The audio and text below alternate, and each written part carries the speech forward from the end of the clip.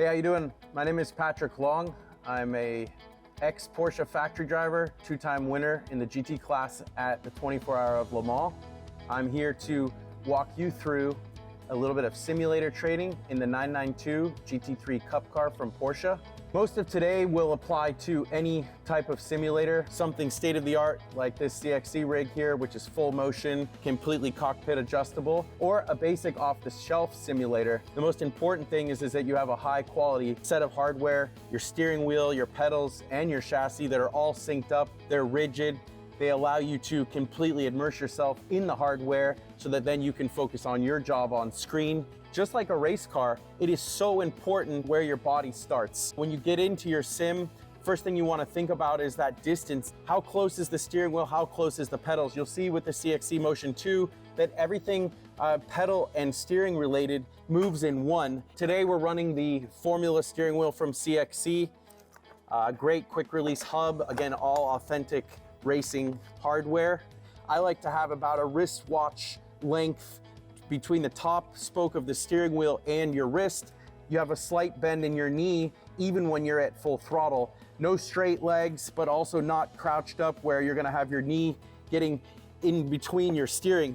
As you can see, the CXC sim has a nice rock back, which is very realistic for the GT3 Cup car and a lot of different race cars that I've driven. This rig has a tensioner setup on the seatbelt, so the way I'm gonna set up today is just like in a real race car. I'm first gonna get my lap belt set tight. You wanna be really rigid, pulled right back against the back of the seat. Get your hips tight, keep that center lap belt low, and then plug in your shoulder belts, sort of setting them up to come vertically straight down your body. In this rig, I'm probably 75% of what I would have in a race car, just enough that there's not really any excess slack. Everything is very much set up for a driver by drivers. That authenticity not only gives you a full immersion, but it's also just a really nice piece of hardware. The great thing about the Motion 2 is they give you these auxiliary buttons and you can customize them yourself. With the CXC rig, they already have a lot of these knobs and steering wheel buttons pre-programmed in. Steering resistance, amount of lock is super important. Braking force adjustment. The great thing here is we're running a full hydraulic real bottom feed pedal setup. I'm gonna run a decently hard brake pressure setting in this design with the 992 GT3 Cup. It's a non-ABS setting in the game. And with that, you wanna have a lot of feel and a modulation ability because of course, if the front wheel is locked, you wanna be able to trail out of that brake. But of course, if you're in a big aero section and you want to add a lot of braking force, you'll be able to do that. Another in-cockpit adjustability is vibration. Basically, curbs, dropping wheels, making contact with another car. You want a little bit of force. There's a kicker in the back of the seat, and I can adjust that here in cockpit. Race cars have stiff springs, stiff dampers. There's not a lot of travel. Personally, I like to run less travel with a little bit faster, higher frequency setting. And the great thing is, depending on the track, depending on the driver, that is all available to you right here in cockpit. A great advancement in sim racing is a second tier V-Box, where you can actually record your sim racing and then send it out to a coach, compare notes with another driver, recording your in-driving video as well as telemetry. A really key setting in-game for iRacing are track conditions and weather. Once you go into the menu, there's a lot of different variables here, and it makes a huge difference not only in how the car reacts to tire wear, how it handles, but also the lap time that you're going to produce. First of all, in setting weather, you've got 3 different options of your overall condition. Then you move down through temperature, humidity, wind speed, initial weather variation, ongoing weather variation. So it gets very specific. Looking at the different setups in game. First thing we'll talk about is force feedback. We have 2 key settings that I like to focus on. First of all, the strength, the amount of force feedback that's actually being produced and given to the driver. And then the second setting being wheel force. We have 16 Newton meters of max wheel force. So we set those 2 parameters, bookending what you want to use and how much your hardware can give you. So as I mentioned, 2023, the 992 version, the latest iteration of the GT3 Cup car from Porsche. If you go into your chassis setup and really how you can engineer the car, starting at tires and aero, each of your individual contact patches or tires, you have a starting pressure, your last hot pressure from the previous session, your temperatures across the spread of inner shoulder, middle of the tire, and outer, and then how much tread was remaining in that session based on how long you ran and how much wear you were producing with your tire. This is a great place to really look at how the tires are reacting and behaving from the previous session. And then, of course, the one thing that you can adjust is your starting pressures based on the feedback and the learnings and understandings that you had from your previous session.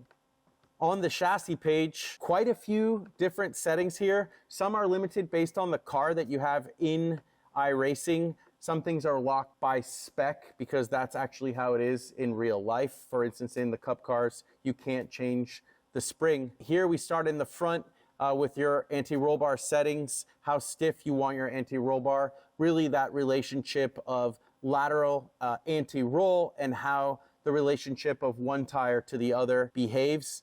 If you think about anti-roll, traction, turn-in, mechanical grip at a kind of fine-tuning aspect versus bigger wholesale changes such as spring rates, ride heights, aero, etc. Your toe, fuel level, how much fuel you're running in the car, that might be a strategy thing based on how long the race is, or if you're taking fuel out of the car to run lighter for qualifying. Cross weight is really just a reading based on some of the other calibrations or settings that you're running with your suspension. Corner weights, ride heights, spring perch offset, camber. These are all things that I've set up and fine-tuned, not so much for a track specific or optimum lap time, but something that you can use for training from track to track to track. One thing I find in iRacing is there's so much time investment in really tuning a car for ultimate pace or race pace and making your tires last.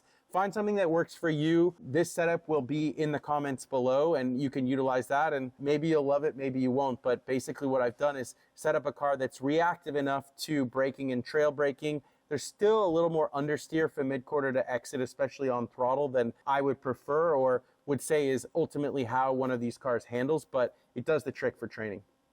So now sitting in pit lane in the car, one thing that I like to fine tune to different cars with inside of iRacing or other softwares is the view, the depth, how far back you're sitting from the steering wheel, how high the driver is in relationship to steering and dash, and how zoomed in or out you are. On this sim, again, it's great to have cockpit adjustability because I can make these on the fly or quickly without leaving the game and going back into the garage. So pushing the view button, and then first thing I'm going to look at is field of view, both backing up, which is the plus button of the FOV button, and then the actual tilt of the driver. And then the last one is the height of the driver in relationship head to dash. So today we're at Road America, one of my favorite tracks in the world and certainly one of the top tracks in the country. We're going to head out for a little bit of a track walk and talk about this place. This track has a little bit of everything. There's a few different pavement surfaces, high speed and low speed. Takes a real disciplined driver and a great setup. First thing we'll talk about is here in turn one, these apex curbs. It's so key that you hook onto them to use the front of the car to help rotate and get some direction change. Turn one is pretty fast, fourth gear, a short shoot and a good passing opportunity down into what they call turn three. You want to have your hands very straight for braking. It's probably a 4 out of 5 on the initial hit of the brake pedal, and then trailing off as you turn in. At the apex, it's really thinking about getting back to full throttle, picking your eyes up. As we roll forward, you'll see that there's some exit curb to be used and even a little bit beyond that, but quickly it disappears. So you don't want to get caught into a point where you're over these rumble strips and then in the dirt, because it'll hurt your run all the way up to turn 5. The run down to turn 5 is a fast flowing section. The track does sort of bend right and then left. I'm thinking about the shortest line possible and really setting up for the brake zone where you want to have your hands straight. So at this point I'm sort of mid-track and I have the car aimed for the outside driver's right section. So approaching turn 5, you can tell there's quite a bit of downhill slope, which of course doesn't aid in braking. So you want to be very disciplined on that hard, late, straight hands threshold brake. And just as you tip in, you sort of roll off the brake pedal and head for the apex curb. This curb right here does have a little bit of added grip if you can get to it, and then it's hard early throttle using some of this sort of falling away exit curb. It's pretty wide, but it's trudged out, as you can hear, and it doesn't make it easy for traction. Up to turn 6, you'll see a lot of side-by-side battles here. At this point, you cannot see the apex of the curb. That means that you have to make sure that you have your reference points and all your visuals around you to sort of be disciplined and not overshooting turn 6. It's really easy to outbrake yourself here. So I like to be a little bit more conservative on my braking point and to try to roll back off as you crest the top of the hill and roll a little bit of speed in. You see some difference in the asphalt coloring here. This is a little bit fresher, so there should be a little bit more grip. Exit curb I don't use a lot of in turn 6, maybe on it, but not all the way over it because there's just not a lot of advantage there based on the radius of the corner. Turn 7, pretty blind where we're at right now, but this is a very quick corner in real life. I don't have a full lift here in a GT3R or a Cup car, so it's really just a trail back of some throttle and approach the apex curb as it actually has a little bit beyond the total colored portion that has some grip in there. You want to be sure on cold tires that it doesn't upset your car. And then it's a double wide exit curb, so you can afford to use the exit curb and try to carry as much momentum out of 7 down to 8. A lot of times when I'm instructing drivers here who are not familiar with this track, turn 7 is a place where they find a lot of speed just through confidence and rolling more and more speed. It's actually a high-speed corner. Turn 8 is not a high-speed corner.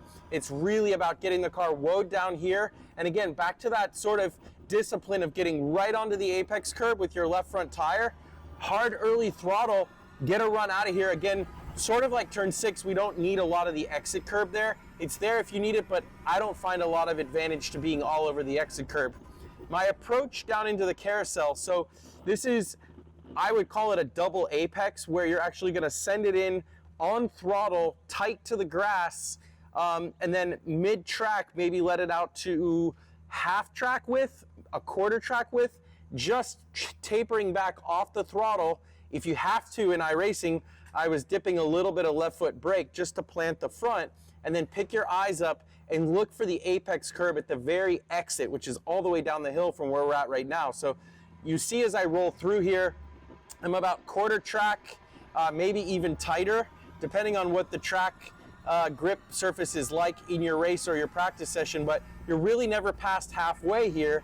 And it takes a lot of discipline because really what you're trying to do is set the car up for a good linear application of throttle as you sort of bend out of the corner and build speed, as this is essentially an extended straightaway. So here's your apex curb that I was referencing.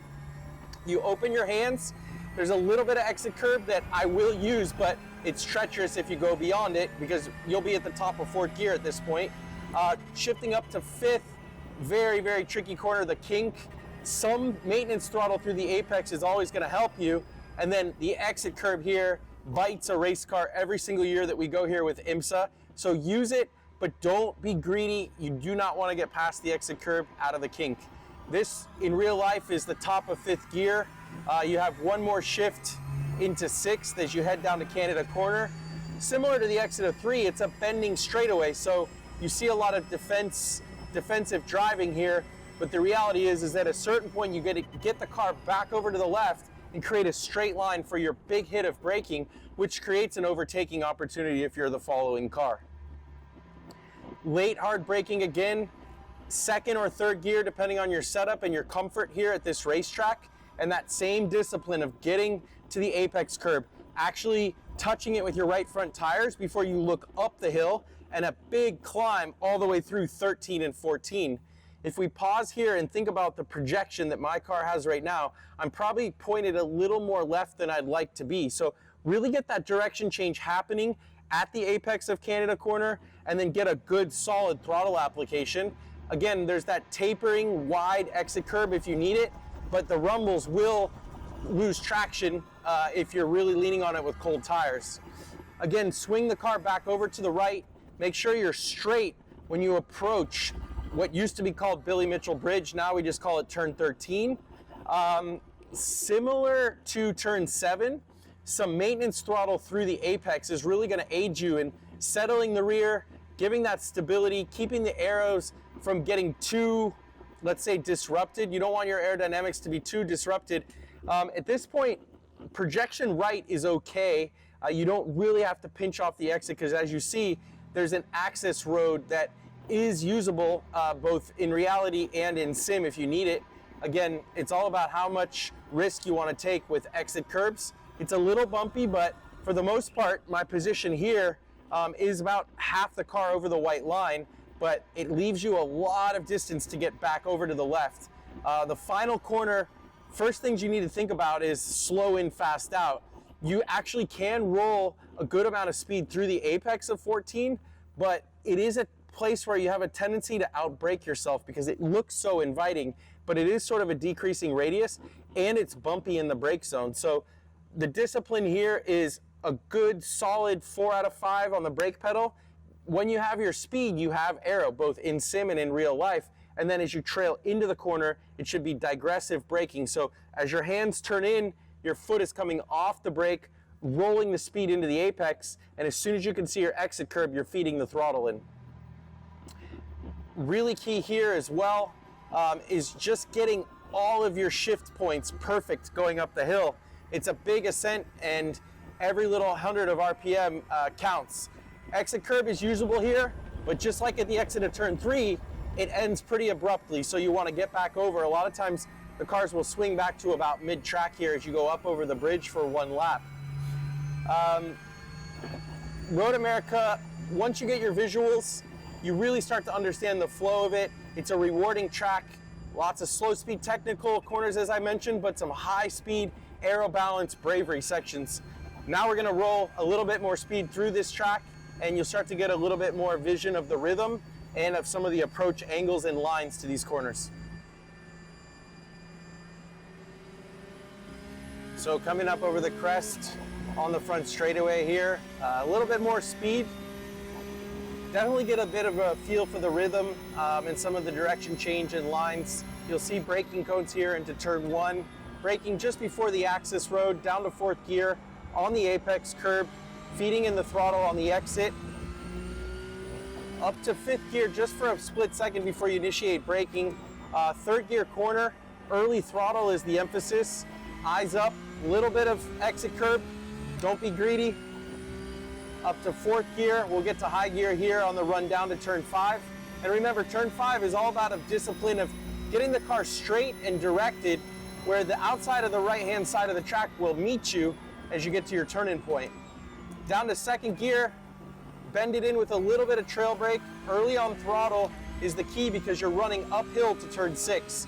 Just before the bridge, click down to 2nd gear, roll the apex. There's a little bit more surface grip than normal in turn 6. Turn 7 is a light speed adjustment early, and then back to full throttle, carry it out to the exit curb, and then hustle the car back over to turn right before you initiate braking for turn 8. Down to 2nd gear again, your apex curbs are your friend, bending on the throttle up to turn, well, I call it the carousel, they call it turn 9. Mid-track here, wait for it, be real patient, and then look down driver's right here to that apex curb, full throttle on the exit, watch your rumble strips. On the run up to the kink, make a speed adjustment early, commit the throttle at the apex curb, and then use all the road on the exit, but not anymore.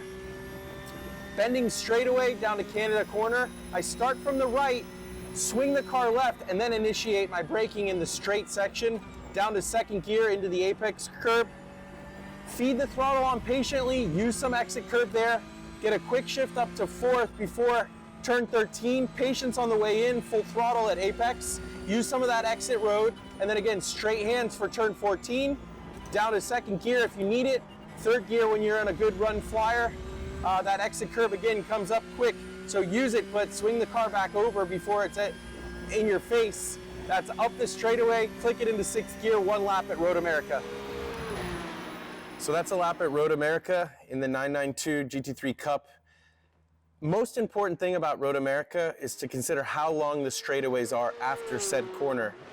Get that early throttle, that early direction change, and a solid throttle application one thing to keep in mind, this track has recently been repaved, and with that, it's become very one line as they sort of season in the asphalt. So being really tight and really crisp in your turn-ins and being mindful in racing that offline, it's going to be difficult to hold your line.